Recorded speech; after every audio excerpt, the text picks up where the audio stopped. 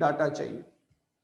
तो ठीक है, हमें इन दो रेशो को फाइंड आउट करने के लिए ट्रेडिंग की नॉलेज चाहिए। तो नॉलेज ले रहे हैं कि इससे इंफॉर्मेशन क्या निकलती है। फिगर फिल करते हैं। मान लो ये 100 है, ये 10 है, ये 110 है, ये 20 है, ये 30 है, ये 40 है। तो इधर का टोटल 110, इसमें से हमने 90 माइनस किया तो 20 का ग्रॉस प्रॉफिट आ गया। 11th क्लास में आपने एक चीज पढ़ी होगी, कॉस्ट ऑफ गुड्स सोल्ड। क्या ये नाम आप लोगों ने कभी सुना? Yes sir. Yes. Cost of goods sold का एक फॉर्मूला होता था, opening stock plus purchases plus direct expenses minus closing stock. ये फॉर्मूला आप लोगों को याद है? बोलो बेटा। नो सर, याद नहीं था, अब आ गया। अब आपको पता होगा कि कॉस्ट ऑफ गुड्स सोल्ड में मतलब हर चीज के दो फार्मूले होते हैं जो आप बैलेंस शीट से सीख के आए हो। जो चीजें अनटिक रह गई वो कौन कौन सी थी? एक सेल और एक ग्रॉस प्रॉफिट। तो इसका दूसरा फॉर्मूला यही बनेगा, सेल माइनस ग्रॉस प्रॉफिट। यही इंफॉर्मेशन इस अकाउंट से फाइंड आउट करता है वो cost of goods sold. Cost of goods sold के दो फार्मूले होते हैं, लिख लीजिए एक बार, फिर मैं आपसे बात करता हूं। कॉस्ट ऑफ गुड्स सोल्ड, हालांकि ये पुरानी बात हो गई, कोई नई बात मैं आपको नहीं पढ़ा रहा। अब इसमें एक चीज समझिए आप, क्या समझोगे? कि वो कहता है कि कॉस्ट ऑफ गुड्स सोल्ड को ही कॉस्ट ऑफ सेल भी कहते हैं। ये बात भी स्टूडेंट कहता है, मैं जानता हूं, लेकिन शायद वो ये नहीं जानता कि वो सिर्फ कॉस्ट भी कह सकता है। यानी कि अगर कहीं पर सिर्फ कॉस्ट लिखा हुआ है तो उसका मतलब भी कॉस्ट ऑफ गुड्स सोल्ड ही माना जाता है। अब यू समझिए आप कि एग्जामिनर कहता है कि जरूरी नहीं है कि मैं आपसे कॉस्ट ऑफ गुड्स सोल्ड ही पूछूं। हो सकता है मैं आपसे कहूं फाइंड आउट सेल, हो सकता है मैं आपसे कहूं फाइंड आउट ग्रॉस प्रॉफिट। तो ये बताओ, अगर वो कहता है फाइंड आउट ग्रॉस प्रॉफिट, तो ग्रॉस प्रॉफिट का फॉर्मूला अपने आप बना लोगे या बनाना पड़ेगा, आपको लिखना पड़ेगा? सर रिपीट करना एक बारी। ग्रॉस प्रॉफिट अगर वो पूछ लेता है तो फॉर्मूला क्या बनेगा बेटा? Cost of goods sold cost of goods sold, minus sale. Sale minus cost of goods sold, ये फॉर्मूला बनेगा। और अगर वो आपसे कहता है सेल का फॉर्मूला बनाओ, तो cost of goods sold plus sale, नहीं सॉरी, प्लस ग्रॉस प्रॉफिट। आप नोट कर लो, मुझे लग रहा है कि बात आपको समझ में आई नहीं, क्योंकि मैं तो नहीं चाहता कि फॉर्मूला रटो, मैं तो चाहता हूं कि सिर्फ ये बेसिक फॉर्मूला आप रटो, इन्हीं से फॉर्मूले बन जाते हैं। पर ठीक है, जिस हिसाब से आपको समझना रहता है वो आप देखिए। तो एक ट्रेडिंग अकाउंट के अंदर ये इंफॉर्मेशन छुपी होती है, इसको वो यूज करेगा। एनी डाउट किसी बच्चे को? No sir. आइए अब इधर देखिए, ये एक बात खत्म। अब देखते हैं कि प्रॉफिट एंड लॉस अकाउंट के अंदर कौन कौन सी इंफॉर्मेशन छिपी होती है। प्रॉफिट एंड लॉस अकाउंट, देखो बेटा इधर, ये प्रॉफिट एंड लॉस अकाउंट होता है। आप सब जानते हैं यहां पर ग्रॉस प्रॉफिट आता है, यहां पर आता है इनडायरेक्ट इनकम, इनडायरेक्ट इनकम, और यहां पर आता है इनडायरेक्ट एक्सपेंसेस। और यहां पर जो बच जाता है this is called net profit, इसको हमारे यहां नेट प्रॉफिट कहते हैं।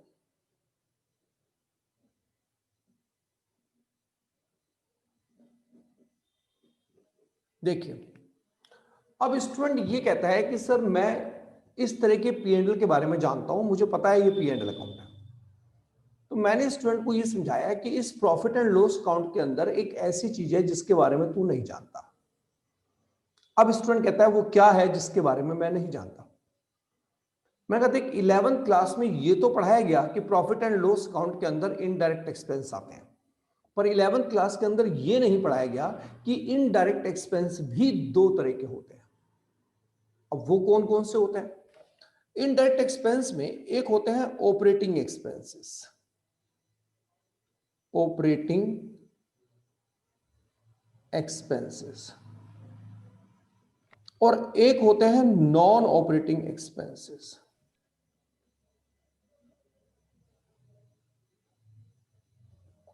अब स्टूडेंट ये कहता है कि सर ये वर्ड मेरे लिए नए हैं, ऑपरेटिंग का मतलब क्या होता है? मैंने कहा बेटे ऑपरेटिंग का मतलब होता है बिजनेस, और अगर कोई बोलता है ऑपरेटिंग एक्सपेंस तो इसका मतलब होता है बिजनेस के expenses.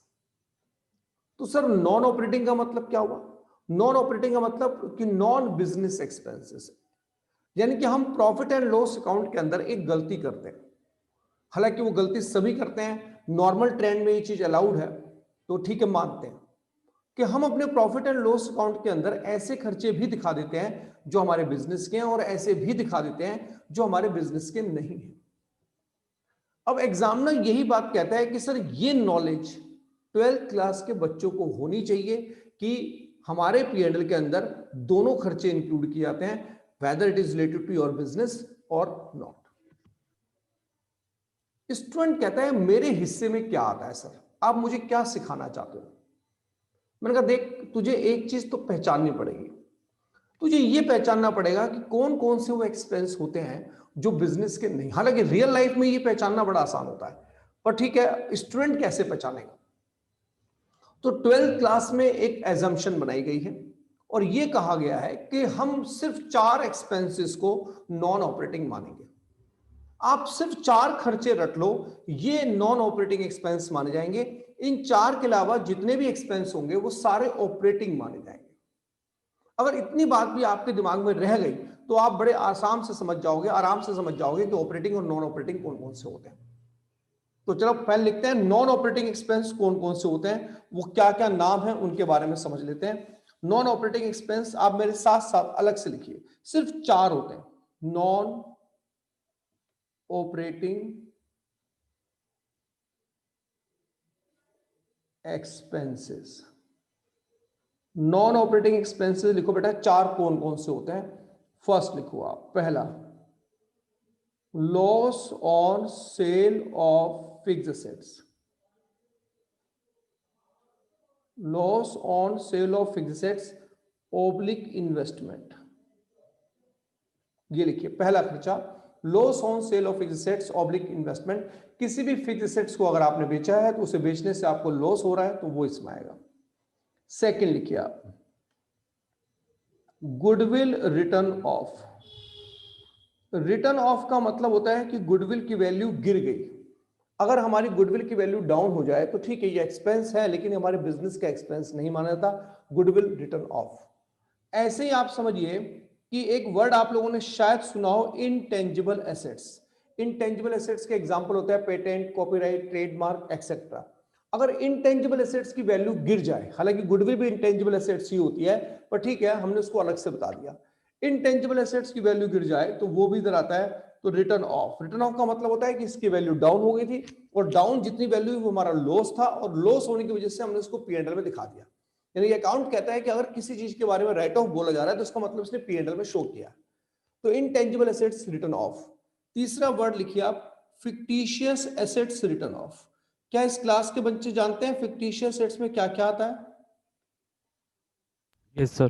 Yes sir. Yes sir. हालांकि शायद मुझे लगता है आप नहीं जानते, क्योंकि फिक्टिशियस एसेट्स के नाम कंपनी के केस में अलग होते हैं, जैसे underwriter commission, share issue expenses, loss on issue of debenture, discount on issue of debenture, preliminary expenses, ये सब इसके नाम होते हैं। आप केवल घटिया नाम जानते हो जो आपने बुक 1 में पढ़े थे, जैसे deferred revenue expenses, advertisement suspense account, आप इनको फिक्टिशियस एसेट्स मानते हो। अनअमोर्टाइज्ड एक्सपेंसेस, ये फिक्टिशियस एसेट्स होती हैं, अगर इनकी वैल्यू कम हो जाती है तो इसको भी हम रिटर्न ऑफ कहते हैं।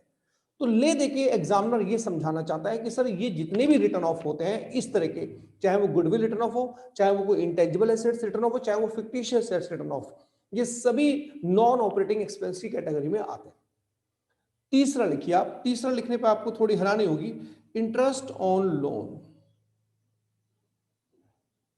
अगर आपने लोन लिया है और उसके ऊपर आप इंटरेस्ट देते हैं, अब चाहे वो इंटरेस्ट आपने डिवेंचर के ऊपर दिया हो, क्योंकि डिवेंचर भी एक तरह का लोन ही होता है, चाहे वो आपने बैंक से लोन लिया हो, चाहे उसका नाम मॉर्टगेज लोन हो, चाहे उसका नाम बॉन्ड्स हो, नाम कुछ भी हो साहब, सीधी सी बात है, अगर आपने इंटरेस्ट पे किया है तो ये भी नॉन ऑपरेटिंग एक्सपेंस माना जाता है, ये हमारे बिजनेस का खर्चा नहीं माना जाता। और फोर्थ लिखिए साहब आप प्रीमियम ऑन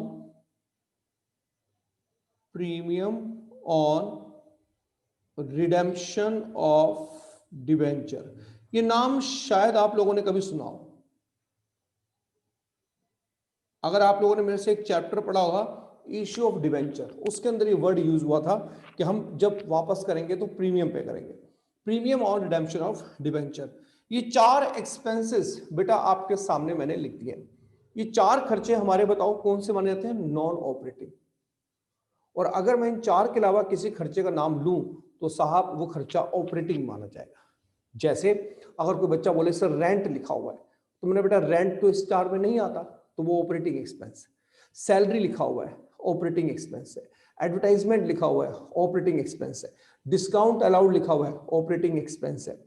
कोई भी नाम, सेलिंग एंड डिस्ट्रीब्यूशन एक्सपेंस लिखा हुआ है, ऑफिस एंड एडमिनिस्ट्रेटिव एक्सपेंस लिखा हुआ है। सीधी बात समझा रहा हूं, इन 4 के अलावा आप कोई भी नाम बोलोगे, एग्जामिनर कहता है कि वो ऑपरेटिंग एक्सपेंस होते हैं। इसलिए अपने बच्चों को ऑपरेटिंग एक्सपेंस नाम रटवाने की कोशिश मत करो, वो अनलिमिटेड हो जाएंगे। उसे 12th में आप पढ़ा रहे हो तो सीधी बात पढ़ा दो, 4 खर्चे पहचानना सीख ले, क्योंकि ये हमारे काम आएंगे। और ये 4 एक्सपेंस अगला चैप्टर कैश फ्लो स्टेटमेंट है, उसमें भी काम आएंगे। तो एनीवे मेरी ख्याल से आपको नॉन ऑपरेटिंग एक्सपेंस आपने नोट भी कर लिए होंगे, लिख भी लिए होंगे। फिर भी कोई स्टूडेंट कहता है कि मुझे ऑब्जेक्शन है तो पूछ सकता है। क्लियर है बेटा? क्लियर है सर। और बच्चों को? Clear sir, clear. Yes sir, clear है। क्लियर है सर। सिमिलरली हमारे पास यहां पर आता है इनडायरेक्ट इनकम। हालांकि ये बताने की जरूरत ही नहीं है, फिर भी एक वाइवा में क्वेश्चन पूछ लेते हैं कि अगर यहां पर इनडायरेक्ट इनकम वर्ड आप यूज कर रहे हैं तो डायरेक्ट इनकम क्या होती है? तो अकाउंट कहता है हमारे यहां डायरेक्ट इनकम सेल को माना जाता है, और वो सेल हम ट्रेडिंग अकाउंट में दिखा चुके होते हैं। जैसे आपसे कोई पूछे कि डायरेक्ट एक्सपेंस कहां दिखाते हैं, तो आप बोलते हैं कि डायरेक्ट एक्सपेंस ट्रेडिंग अकाउंट में दिखाते हैं और इनडायरेक्ट एक्सपेंस P&L में दिखाते हैं। ऐसे आप ये भी बोल सकते हैं कि डायरेक्ट इनकम ट्रेडिंग में आती है और इनडायरेक्ट इनकम P&L में आती है, और डायरेक्ट इनकम ओनली सेल, सिर्फ सेल हमारे बिजनेस की डायरेक्ट इनकम होती है। पॉइंट ये भी उठता है कि इनडायरेक्ट इनकम में क्या आता है। ये बात बच्चों को ऐसे भी पढ़ाई जा सकती है कि बेटा देख, जो तूने P&L में क्रेडिट किया है वो इनडायरेक्ट इनकम है। अब चाहे उसका नाम जो मर्जी रख ले, फिर भी मैं कुछ एग्जांपल लिख देता हूं। जैसे रेंट रिसीव, जैसे इंटरेस्ट रिसीव, जैसे डिविडेंड रिसीव, जैसे profit on sale of fixed assets, etcetera. कुल मिलाकर जो भी आप P&L के अंदर क्रेडिट कर देते हैं, हम उसको इनडायरेक्ट इनकम की कैटेगरी में रखते हैं। तो ये P&L की अंडरस्टैंडिंग थी, यानी कि प्रॉफिट एंड लॉस अकाउंट के बारे में आज हमने कुछ नई बात सीखी कि P&L में भी खर्चे 2 तरह के होते हैं, ऑपरेटिंग, नॉन ऑपरेटिंग। सवाल ये उठता है कि इससे इंफॉर्मेशन क्या निकलती है। जैसे ट्रेडिंग अकाउंट, ठीक है हमें बनाना नहीं है, पर ट्रेडिंग अकाउंट से इंफॉर्मेशन निकलती है कॉस्ट ऑफ गुड्स सोल्ड। अब एग्जामिनर उस कॉस्ट ऑफ गुड्स सोल्ड को लेकर घुमा भी सकता है। जैसे मैंने आपसे कहा कि सेल निकालो, ग्रॉस प्रॉफिट निकालो। ऐसी स्टूडेंट कहता है कि सर मुझे प्रॉफिट एंड लॉस अकाउंट बनाना आता है, यानी कि मुझे पता है कि एक प्रॉफिट एंड लॉस अकाउंट के अंदर क्या क्या चीजें होती हैं। तो मैंने कहा बता बेटे क्या क्या होती हैं। तो कहता है सर एक होता है gross profit, suppose gross profit 1000 rupees है। एक होता है इनडायरेक्ट इनकम, सपोज करो ये 400 रुपीज है। एक होता है इनडायरेक्ट एक्सपेंस। ये अलग बात है कि इनडायरेक्ट एक्सपेंस 2 तरह के होते हैं। एक होते हैं ऑपरेटिंग एक्सपेंस, सपोज करो ये मेरे पास 300 रुपीज के हैं। और एक होते हैं non operating expense. Non operating expense, suppose करो मेरे पास ये 900 रुपीज के। अब मैं इसका टोटल करता हूं तो इधर आता है 1400, इधर आता है 1400, इसमें से 1200 माइनस किया तो 1200 रुपीज का नेट प्रॉफिट आ जाता है। ये एक तरह का प्रॉफिट एंड लॉस अकाउंट है, मान लीजिए ये एक पॉइंट है। अब स्टूडेंट कहता है सर ये बताओ इंफॉर्मेशन क्या निकलती है। तो मैंने स्टूडेंट को समझाया, मैंने कहा बेटा देख, अगर तेरे सामने चाहे वाइवा में पूछे, चाहे स्कूल पूछे, चाहे CBSE पूछे, अगर वो तेरे से कहते हैं व्हाट इज ग्रॉस प्रॉफिट, तो तेरे पास जवाब होगा, दे नहीं पाएगा पर अंदर कहीं मेंटली तुझे पता है कि ग्रॉस प्रॉफिट क्या है, क्योंकि तूने नाम भी सुना है, शायद तू जानता भी है। अगर तेरे से कोई पूछे नेट प्रॉफिट, तो भी तू जानता है, चाहे बता ना पाए, पर कहीं तेरा दिमाग चलता रहेगा। लेकिन अगर तेरे से किसी ने पूछ लिया व्हाट इज ऑपरेटिंग प्रॉफिट, तो ये वर्ड तेरे लिए बिल्कुल नया है, तूने कभी नहीं सुना ऑपरेटिंग प्रॉफिट कहां से आता है। तो पी एंड एल अकाउंट से ऑपरेटिंग प्रॉफिट निकलता है। अगर ऑपरेटिंग एक्सपेंस का मतलब बिजनेस के एक्सपेंस होता है, तो ऑपरेटिंग प्रॉफिट का मतलब बिजनेस का प्रॉफिट होता है, और वो यही वर्ड हमसे पूछ रहा है कि ऑपरेटिंग प्रॉफिट फाइंड आउट करो। तो स्टूडेंट कहता है सर मैं ऑपरेटिंग प्रॉफिट कैसे निकालूंगा, तो मैं कहा चल फॉर्मूला लिख के बताता हूं। Operating profit equal to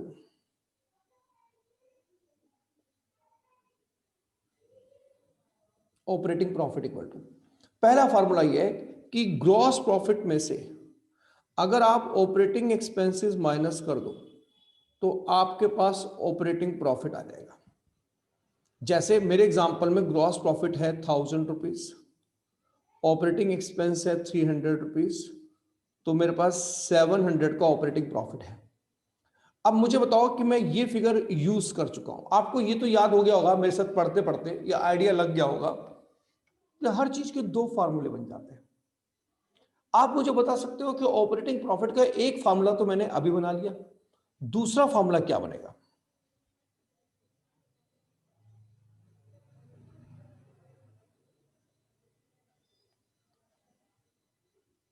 operating profit equal to net profit plus non operating expenses minus non operating income. ये बनेगा बेटा फॉर्मूला। अब अगर देखें तो नेट प्रॉफिट 200 रुपीज है, नॉन ऑपरेटिंग एक्सपेंस 900 रुपीज है, नॉन ऑपरेटिंग इनकम 400 रुपीज है, आंसर 700 आ रहा है। आंसर तो इंडायरेक्ट खैर इनकम दोनों को से नॉन ऑपरेटिंग इनकम बोलते हैं। है बेटा, इनडायरेक्ट इनकम को नॉन ऑपरेटिंग इनकम बोलते हैं। नॉन ऑपरेटिंग इनकम, यस वही बात सही है। अगर नॉन ऑपरेटिंग एक्सपेंस, हाँ ये नॉन ऑपरेटिंग इनकम कह सकते हैं, इसको नॉन ऑपरेटिंग इनकम कह सकते हैं, बिजनेस की नहीं है, क्योंकि बिजनेस की सिर्फ डायरेक्ट इनकम होती है। ये सो सेल होती है। देखो बेटा जरा, कोई कंफ्यूजन किसी बच्चे को ऑपरेटिंग प्रॉफिट निकालने में? Clear sir. अब एक बात देखो जरा, ऑपरेटिंग प्रॉफिट का एक फॉर्मूला जो मैंने आपको पहला लिखवाया है, यहां पे मैंने लिखवाया ग्रॉस प्रॉफिट। कोई बच्चा मुझे ग्रॉस प्रॉफिट का फॉर्मूला बता सकता है? ग्रॉस प्रॉफिट कैसे निकालते हैं? सेल माइनस अभी आपने पढ़ा है gross profit equal to sale minus cost of goods sold, पढ़ा है बेटा? Yes sir. तो हो सकता है कि मुझे ऑपरेटिंग प्रॉफिट ऐसे निकालना पड़ जाए, operating profit equal to sale minus cost of goods sold minus operating expense. देखो जरा इस फॉर्मूले में समझ में आ रहा है आपको मैंने क्या किया है? सिर्फ यस सर। ग्रॉस प्रॉफिट की जगह पर मैंने ये वाला फॉर्मूला यूज कर दिया जो यहां से आया है, बाकी का वो सेम है। ये छोटी छोटी बातें हैं। देखो चैप्टर ना बोरिंग लगता है बच्चों को, हालांकि है इंटेलिजेंट चैप्टर। सीबीएसई से गलती सिर्फ ये हो रही है कि इसके मार्किंग स्कीम के हिसाब से कम मार्क्स का है, पर पूछने के लिए एग्जामिनर के पास इसमें बहुत कुछ है। तो जो बच्चे मतलब मिशन 100 के होते हैं, जिनको 95 एबव मार्क्स चाहिए, उनको ये चैप्टर जरूर करना पड़ता है, क्योंकि ये उनके मार्क्स खा जाएगा। जो बच्चे देखो 60-70 मार्क्स जिनका मोटिव है, 60-70-80, ठीक है ना, ये 60-70-80 वाले बच्चे जो हैं, अगर 80 वाले बच्चे के 75 आ जाएंगे तो वो रोने नहीं लग जाएगा। 70 वाले बच्चे के अगर मान लो 65 आएंगे तो रोने नहीं लग जाएगा। जो बच्चा 60 लेके चल रहा है उसके 55 आएंगे तो वो रोएगा नहीं। तो जो 60-70-80 की रेंज के स्टूडेंट होते हैं वो ये कहते हैं कि सर ये चैप्टर 4 नंबर का है, मुझे 4 नंबर के लिए इतना क्यों पढ़ा लूंगा, मैं छोड़ दूंगा। तो जो बच्चा इस रेंज में होगा उसे छोड़ते हुए दुख नहीं होता, वो कहता है सर मैं ये छोड़ दूंगा। लेकिन जो बच्चा मिशन 100 पे काम कर रहा होता है उसके लिए एक एक नंबर की वैल्यू होती है, तो उसे मेहनत करनी पड़ती है। अब मुझे नहीं मालूम कि आपका विजन क्या है, आप क्या चाहते हो, अपने आप से आपकी क्या उम्मीदें हैं। कई लोग कम में ही खुश होते हैं, कई लोग ज्यादा में भी सेटिस्फाई नहीं होते। ये तो स्टूडेंट की जिद के ऊपर है कि स्टूडेंट कितने मार्क्स की जिद पकड़ के बैठा है। तो अगर आपकी जिद अच्छे मार्क्स लाने की है तो फिर अच्छी जिद के लिए आपको मेहनत भी बढ़िया करनी पड़ेगी। हालांकि बहुत मेहनत करने की जरूरत नहीं है, जिन वर्ड को समझाने में बहुत टाइम लगता है, जैसे ऑपरेटिंग प्रॉफिट है, इसे बुक की लैंग्वेज में समझे तो बड़ी मुश्किल होती है। उन वर्ड्स को मैंने बड़े आराम से, बड़े तरीके से आपके दिमाग में सेट करने की कोशिश कर रहा हूं।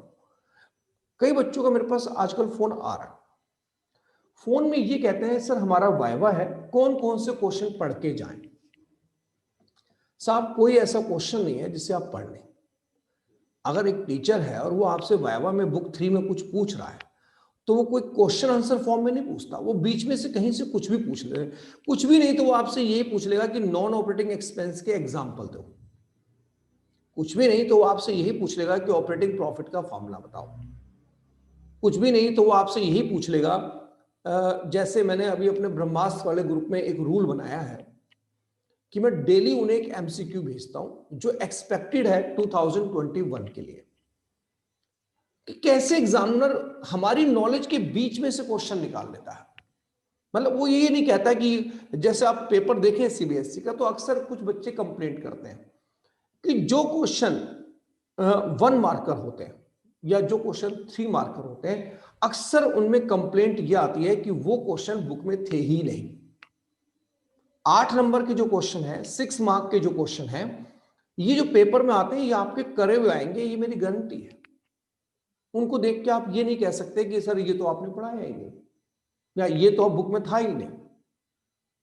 लेकिन जो 1 मार्कर क्वेश्चन होते हैं, यहां एग्जामिनर, अब सीबीएसई ने अपना ट्रैक बदला हुआ है थोड़ा सा, पिछले 3-4 सालों से वो लगातार पीछे पड़ा हुआ है। वो हमारी नॉलेज के बीच में से क्वेश्चन बनाता है, कहीं से कॉपी पेस्ट नहीं मारता।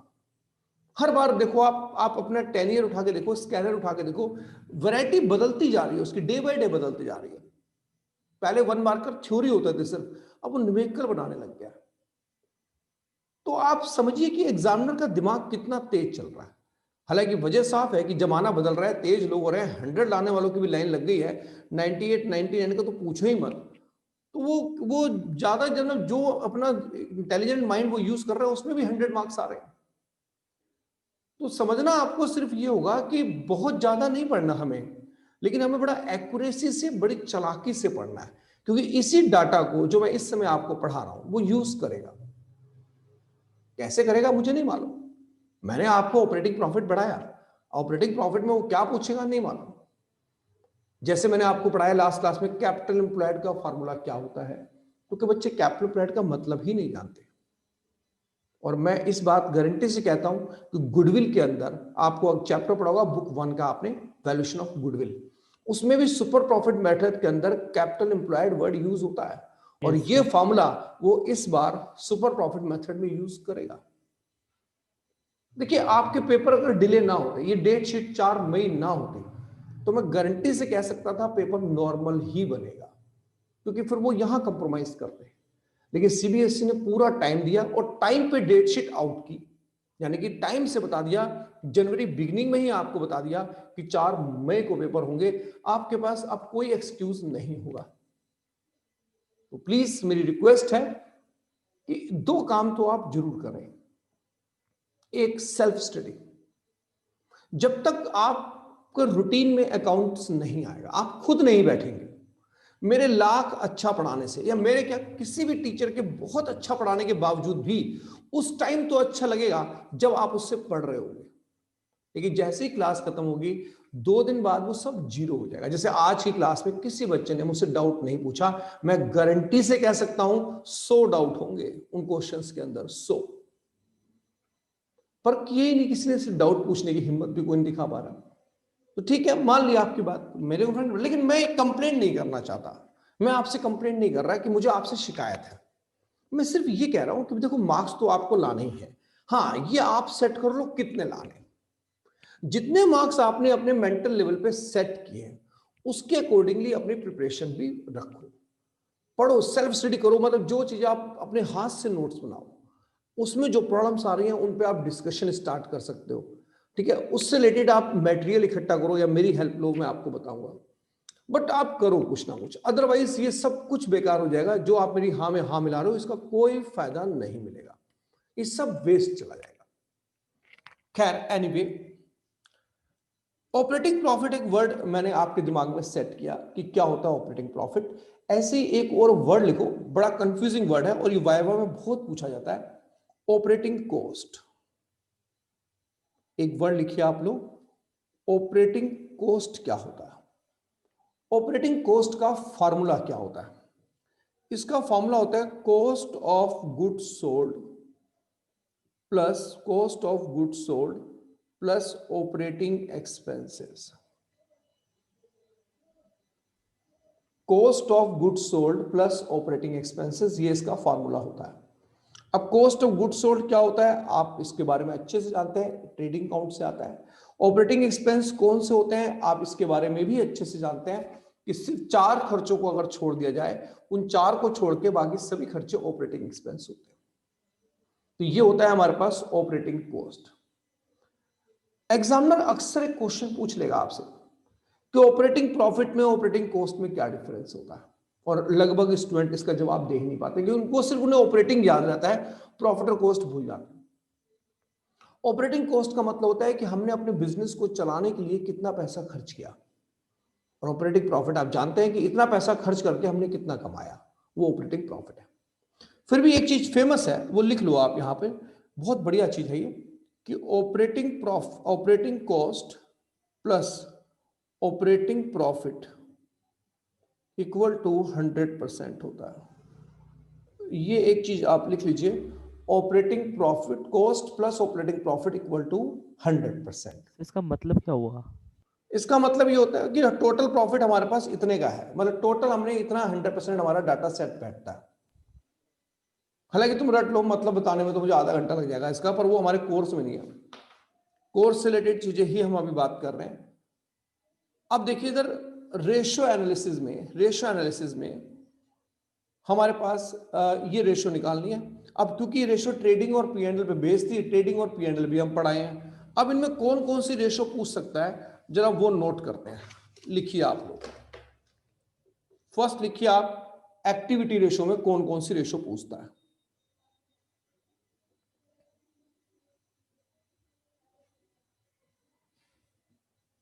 एक्टिविटी रेशियो में पहली रेशियो लिखिए आप लोग, inventory turnover ratio. Inventory turnover ratio, inventory turnover ratio को हमारे यहां स्टॉक टर्नओवर रेशियो भी कहते हैं। स्टॉक टर्नओवर रेशियो, इसका फॉर्मूला क्या होता है? इसका फॉर्मूला लिखिए, cost of goods sold divided by average stock. Cost of goods sold divided by average stock. अब एक पॉइंट पूछा जाता है कि एवरेज स्टॉक क्या होता है, तो लिखिए average stock equal to opening stock plus closing stock divided by 2। इसको एवरेज स्टॉक कहते हैं। तो देखो मैंने जो इन्वेंट्री टर्नओवर रेशियो लिखी, तो इसके फॉर्मूले में जितने भी वर्ड उसने यूज किए मैं उनका डीप मीनिंग जानता हूं। अब लिखिए next ratio, debtors turnover ratio.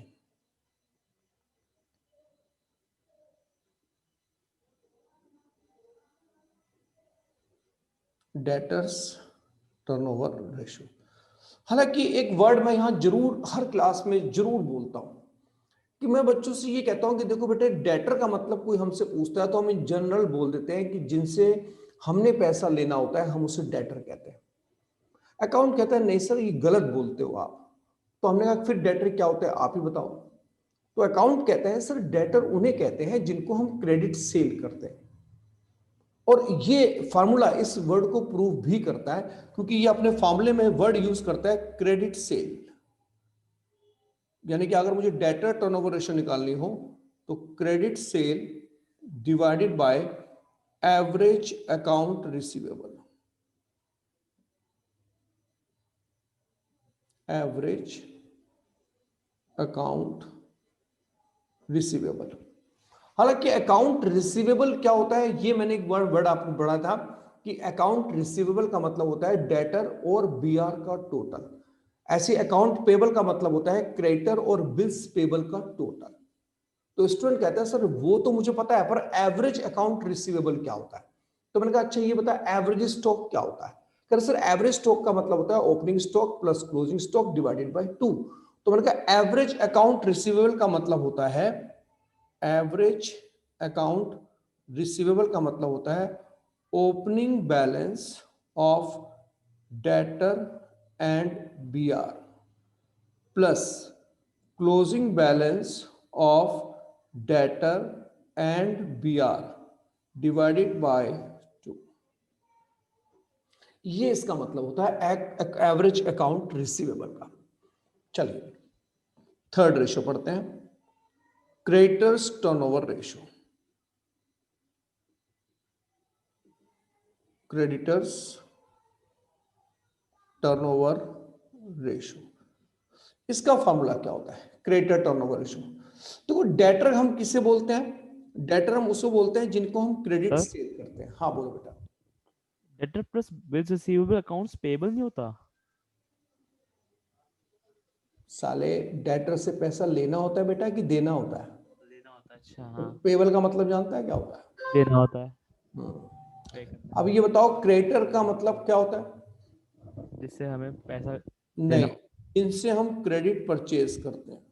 हाँ sorry. Credit purchase of goods divided by average account payable.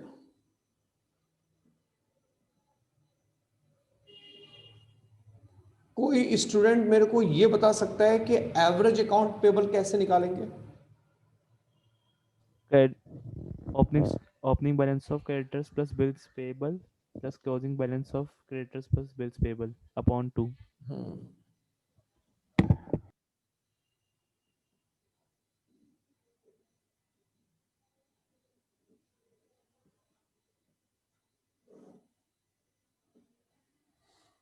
Creditor turnover ratio.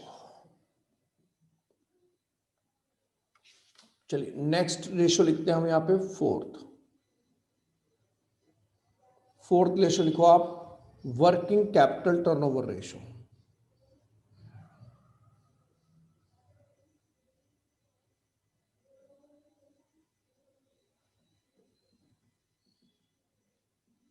Working capital turnover ratio का फॉर्मूला होता है sale upon working capital. Sale upon working capital, sale आप सब जानते हैं, हालांकि working capital का फॉर्मूला होता है current assets minus current liability. Current assets minus current liability. तो एक्टिविटी रेशियो के अंदर मैं ये कहूंगा कि हमें 4 रेशियो निकालनी होती है, inventory turnover ratio, data turnover ratio, creditor turnover ratio और वर्किंग कैपिटल टर्नओवर रेशियो। और ब्रेकिंग न्यूज ये है कि जब इसका सॉल्यूशन करते हैं तो इसका आंसर टाइम्स में आता है। टाइम्स, जैसे मान लीजिए कॉस्ट ऑफ गुड सोल्ड मान लीजिए 1 लाख रुपीज है और मान लीजिए एवरेज स्टॉक 50,000 रुपीज है, तो मैं इसको 2:1 की रेशियो में शो नहीं करूंगा, मैं इसको इससे डिवाइड करके आंसर लिखूंगा 2 टाइम्स। तो जितने भी आंसर आपको इसमें देने हैं वो इन टाइम्स में देने हैं। एक बार जरा सभी फॉर्मूले आप देख लीजिए, चारों फॉर्मूले आप पढ़ लीजिए। अगर किसी फॉर्मूले में कोई ऐसा वर्ड आपको लगता है कि सर इसका तो मैं मीनिंग तक नहीं जानता, तो पहले उस पर बात कर लेते हैं, फिर आगे बढ़ते हैं।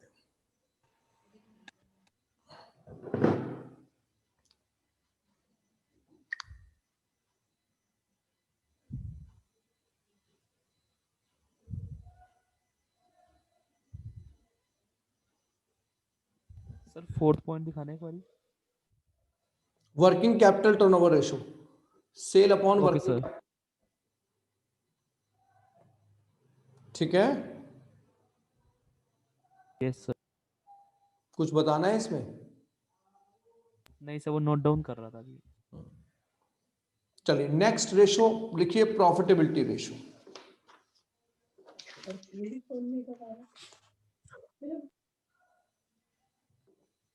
नेक्स्ट लिखिए profitability ratio.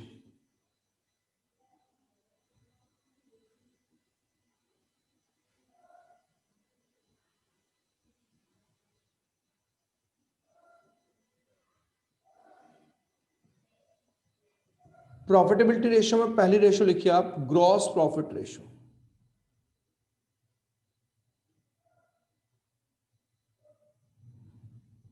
Gross profit ratio का फॉर्मूला होता है gross profit upon sale into 100।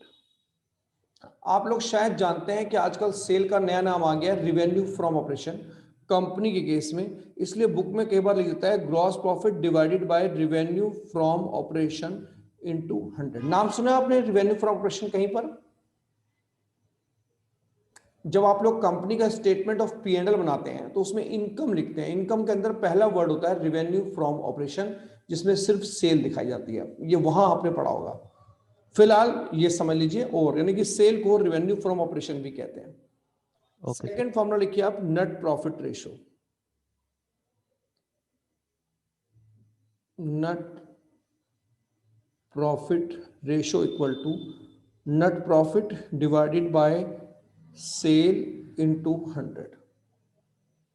Third लिखिए आप लोग operating profit ratio. Operating profit ratio equal to operating profit divided by sale into 100। Fourth लिखिए आप लोग ऑपरेटिंग रेशो। देखिए बड़ा अच्छा वर्ड है, ऑपरेटिंग रेशो अलग वर्ड होता है, ऑपरेटिंग प्रॉफिट रेशो अलग वर्ड होता है। फॉर्मूला लिखिए इसका, operating cost divided by sale into 100। ये हमारे पास 4 तरह की रेशो इसमें कवर्ड की गई है। एक बार इनको भी देख लीजिए और ये बताइए कोई ऐसा वर्ड है जिसका मीनिंग आपको क्लियर ना हो?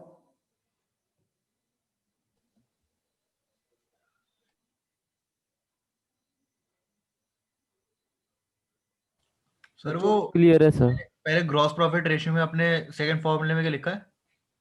Revenue from operation. Revenue from operation लिखा है बेटा। चलिए यहीं पर एक चीज और लिख लीजिए इसी को, ऑपरेटिंग प्रॉफिट रेशो।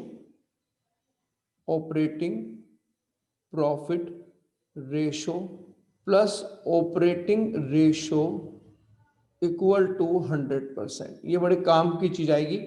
1 मार्क में क्वेश्चन पूछ सकता है कि मेरी ऑपरेटिंग रेशो 80% है, तो आप उसे बोलना कि आपका ऑपरेटिंग प्रॉफिट रेशो 20% होगा। ये डायरेक्ट सॉल्व हो जाएगा। तो ये याद रखना पड़ता है, operating profit plus operating ratio equal to 100%। देखो जरा इसमें से कोई चीज रिपीट करनी है आपको? नो सर, क्लियर है। आइए देखिएगा। अब इसके बाद एक चीज मैं यहाँ पे पढ़ा रहा हूँ आपको, एक बार फिर से देख लें कि सिस्टम क्या चल रहा था, क्योंकि अगर आपको सब वर्ड के मीनिंग क्लियर हैं तो फिर तो कोई दिक्कत नहीं है, डाउट ही नहीं है, बच्चों को पढ़ना चाहिए। फिर भी एक बार थोड़ा सा समझते हैं कुछ खास बातें। रेशो के चैप्टर के अंदर हमने ये पढ़ा कि 4 तरह की रेशो होती है। एक होती है लिक्विडिटी रेशो, एक हमने पढ़ी कि एक होती है सोलवेंसी रेशो, एक हमने पढ़ा कि एक होती है एक्टिविटी रेशो, और एक हमने पढ़ा कि एक होती है प्रॉफिटेबिलिटी रेशो। 4 रेशो होते हैं। अब स्टूडेंट कहता है ऐसे क्यों पढ़ा रहे हो आप, ये तो आप पढ़ा चुके हो। तो मैं नहीं, कुछ खास बताना था कि जब हम इन रेशो के आंसर निकालते हैं तो जो इसका आंसर आता है वो परफेक्ट रेशो में आता है, परफेक्ट रेशो। अब स्टूडेंट कहता है सर परफेक्ट रेशो का मतलब क्या होता है? जैसे आप निकालते हो current ratio equal to current assets upon current liability, तो जब आप इसे सॉल्व करते हो तो इसका आंसर ऐसे लिखते हो 3:2, या इसका आंसर लिखते हो 2:1, या इसका आंसर लिखते हो 1:1। जब हम रेशो को ऐसे शो करते हैं, this is called perfect ratio. तो जो मैं लिक्विड रेशियो का भी आंसर दूंगा, liquid assets upon current liability, ये परफेक्ट रेशियो में आता है।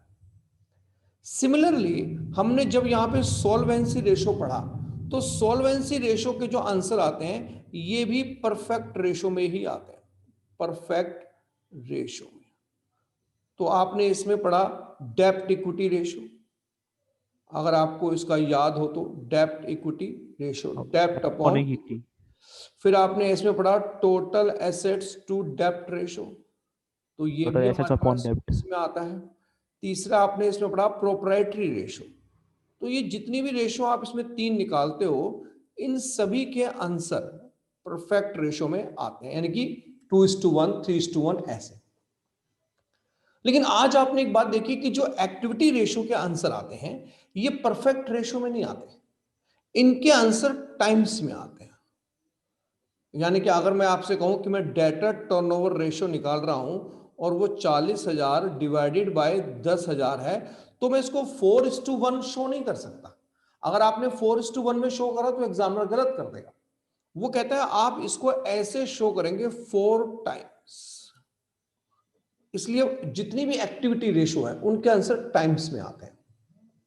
और इसके बाद प्रॉफिटेबिलिटी रेशियो के जो आंसर आते हैं ये सभी परसेंटेज में आते हैं। वो तो आप उनका फार्मूला भी देखो, ये देखो आप फार्मूला अगर आप इसका देखें Yes, sir। तो आपने हर एक को 100 से मल्टीप्लाई किया है। 100 से मल्टीप्लाई करने का मतलब ये है कि इसके आंसर जो हैं वो परसेंटेज में आने शुरू हो जाते हैं। तो जैसे आपने इसके अंदर पढ़ा inventory turnover ratio, debtor turnover ratio, creditor turnover ratio, working capital turnover ratio, ये सब टाइम्स में आते हैं। इसमें आपने पढ़ा gross profit ratio, net profit ratio, operating profit ratio, operating ratio, ये सब परसेंटेज में आते हैं। तो एक बात जो ठंडे दिमाग से समझने वाली है, पढ़ने वाली है, वो ये भी है कि कभी कभी एग्जामिनर मिसलेनियस पूछ लेता है। यानी कि हो सकता है वो क्वेश्चन में कहे कि सिर्फ 2 रेशियो मुझे बता दो, एक आप मुझे डेब्ट इक्विटी रेशियो बता दो और एक आप मुझे इन्वेंट्री टर्नओवर रेशियो बता दो।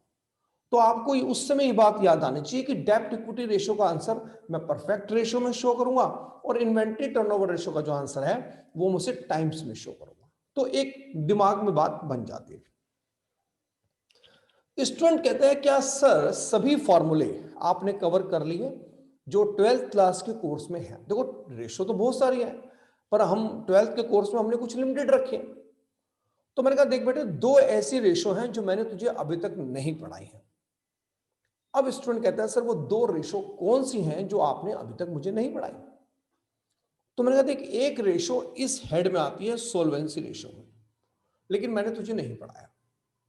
तो स्टूडेंट कहता है उसका नाम क्या है? तो मैंने कहा उसका नाम है 4th नंबर पे इंटरेस्ट कवरेज रेशियो। सर एक मिनट पहले कुछ पूछना था। हाँ बोलिए। जैसे आपने सोल्वेंसी रेशियो को लॉन्ग टर्म फाइनेंशियल पोजीशन निकालने के लिए बताया, तो वैसे इनके लिए कुछ होता है एक्टिविटी रेशियो और प्रॉफिटेबिलिटी रेशियो नहीं के नहीं, लिए? एक्टिविटी रेशियो एक बिजनेस की एक्टिविटीज के लिए होती है, प्रॉफिट ही प्रॉफिट पे कॉन्सेंट्रेट करती है, तो इसमें ऐसा कुछ नहीं होता। ठीक है ना? Okay sir. अब हमारे पास आता है interest coverage ratio. Interest coverage ratio मैंने आपको पहले नहीं पढ़ाया। वजह क्या है? कोई तो वजह होगी जो उस समय मैंने नहीं पढ़ाया।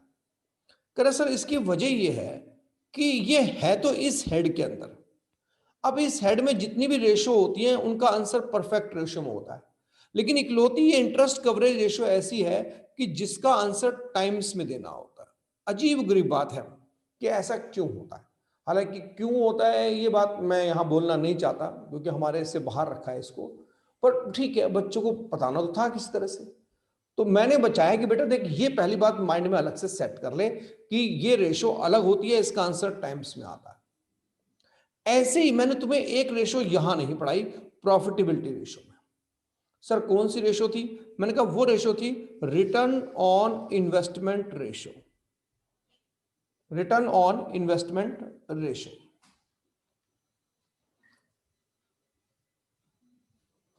ये भी मैंने नहीं पढ़ाई। इसी को कुछ लोग return on capital employed ratio भी कहते हैं। Return on capital employed ratio, ये भी नहीं मैंने पढ़ाई। अब स्टूडेंट कहता है सर अब आप वजह बता दो कि ये क्यों नहीं पढ़ाई भाई। ये तो चलो मान लिया कि इसका आंसर टाइम्स में आता है, तो इसका आंसर क्या किसी और में आता है? मैं कहा नहीं, आंसर तो इसका भी परसेंटेज में ही आता है। लेकिन अगर हम प्रॉफिटेबिलिटी रेशो में एक कॉमन चीज देखें तो इसमें जो आपने डिवाइड किया है वो डिवाइड आपने सभी को सेल से किया है। अब आप ग्रॉस प्रॉफिट रेशो देखो तो ग्रॉस प्रॉफिट सेल से डिवाइड होता है। नेट प्रॉफिट रेशो देखो तो नेट प्रॉफिट सेल से डिवाइड होता है। ऑपरेटिंग प्रॉफिट देखो सेल से डिवाइड होता है। ऑपरेटिंग रेशो देखो सेल से डिवाइड होता है। सब चीजें सेल से डिवाइड होती है, लेकिन ये सेल से डिवाइड नहीं होता। एनीवे किससे होता है? तो अब स्टूडेंट की क्यूरियोसिटी बढ़ती है।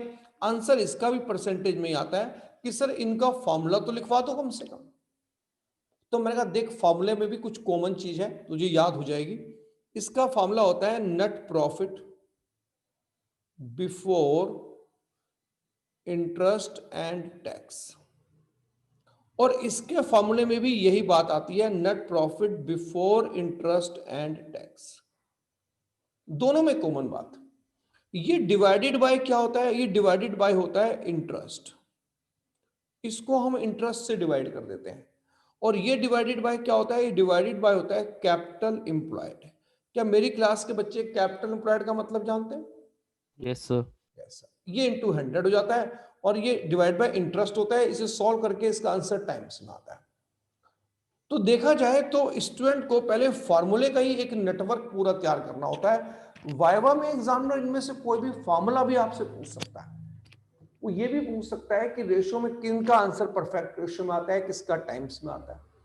तो कोई बच्चा अगर जब ये इस तरह का सवाल करता है कि मैं कहां से पढ़ूं वाइवा के क्वेश्चंस, तो मैं कहता हूं बेटा वाइवा ऐसी चीज नहीं है। वाइवा का मतलब ही होता है कि कंप्लीट टॉपिक में से कहीं से कुछ भी पूछा जा सकता है। कुछ ऐसे सिलेक्टेड क्वेश्चन नहीं होते।